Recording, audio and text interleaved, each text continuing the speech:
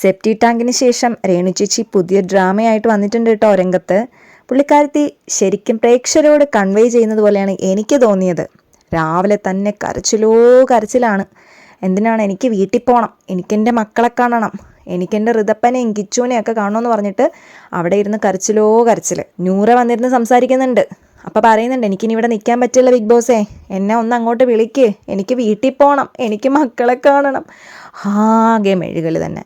അവസാനം സഹി കെട്ട് നിവർത്തിയില്ല നമ്മുടെ ബിഗ് ബോസ് കൺഫെഷൻ റൂമിലേക്ക് പുള്ളിക്കാരത്തിയെ വിളിക്കുന്നുണ്ട് കേട്ടോ.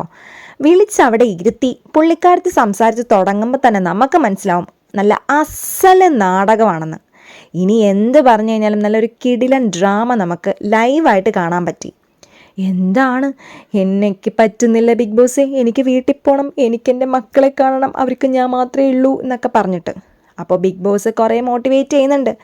നിങ്ങളെ വീട്ടിലൊക്കെ ഞങ്ങൾ വിളിച്ച് അന്വേഷിക്കുന്നുണ്ട്, അവിടെ യാതൊരു പ്രശ്നങ്ങളുമില്ല, നിങ്ങൾ സമാധാനമായിട്ട് നിന്ന് കളിക്ക്, നന്നായിട്ട് കോൺഫിഡൻറ്റോടുകൂടി മുന്നോട്ട് പോകൂ എന്നൊക്കെ പറഞ്ഞ് തീരുന്നതിന് മുമ്പ് തന്നെ പുള്ളിക്കാരത്തി മറ്റേ സടകുടഞ്ഞെണീക്കുന്ന സിംഹമില്ലേ, അതുപോലെ ഞാൻ ഓക്കെ ആയി ബിഗ് ബോസേ, എനിക്ക് ഒരു പ്രശ്നവുമില്ല, ഞാനിവിടെ നിൽക്കും, ഞാൻ കളിക്കും, ഞാൻ ഇനി മുതൽ എൻ്റെ കളി ഇനി കാണാൻ കിടക്കുന്നതേ ഉള്ളൂ എന്ന രീതിയിലാണ് പുള്ളിക്കാരത്തിയുടെ പിന്നെ ഒരു പ്രകടനം. പറയുന്നുണ്ട്, മോനെ ഋതപ്പ, കിച്ചു, അമ്മയ്ക്ക് നിങ്ങൾ കഴിഞ്ഞിട്ടേ ഉള്ളൂ ആരും. പക്ഷേ ഇതൊക്കെ കണ്ടുകൊണ്ടിരിക്കുന്ന ജനങ്ങളിലേക്ക് കുറേ കാര്യങ്ങൾ ഇട്ടുകൊടുക്കും പോലെ, അല്ലെങ്കിൽ ജനങ്ങളോട് പറയുന്നത് പോലെയാണ് എനിക്ക് ഫീൽ ചെയ്തത്.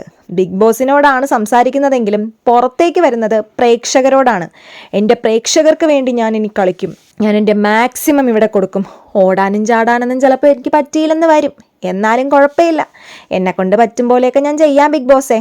മാത്രമല്ല സുധിച്ചേട്ടനെയും പിടിച്ചതിലിടുന്നുണ്ട്. എന്തിൻ്റെ വിഷമമാണ് പുള്ളിക്കാരത്തേക്ക്? പാവം, ആ മനുഷ്യനൊന്ന് വെറുതെ വിട്ടൂടെ?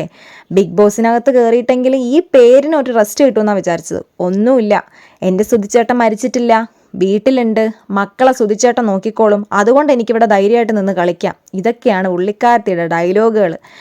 എന്തായാലും ഈ ആഴ്ച ഇനി നമ്മുടെ രേണു ചേച്ചിയുടെ ഗെയിം ചേഞ്ച് വരുമോ, അതോ ഇതൊക്കെ പറഞ്ഞ് നേരെ കട്ടിൽ പോയി കിടന്നതുപോലെ ഈ കട്ടിൽ കിടത്തം ഇങ്ങനെ തന്നെ കണ്ടിന്യൂ ചെയ്തു പോകുമോ എന്ന് കണ്ടറിയാം. നിങ്ങളുടെ അഭിപ്രായങ്ങൾ കമൻസ് ആയിട്ട് വരട്ടെ.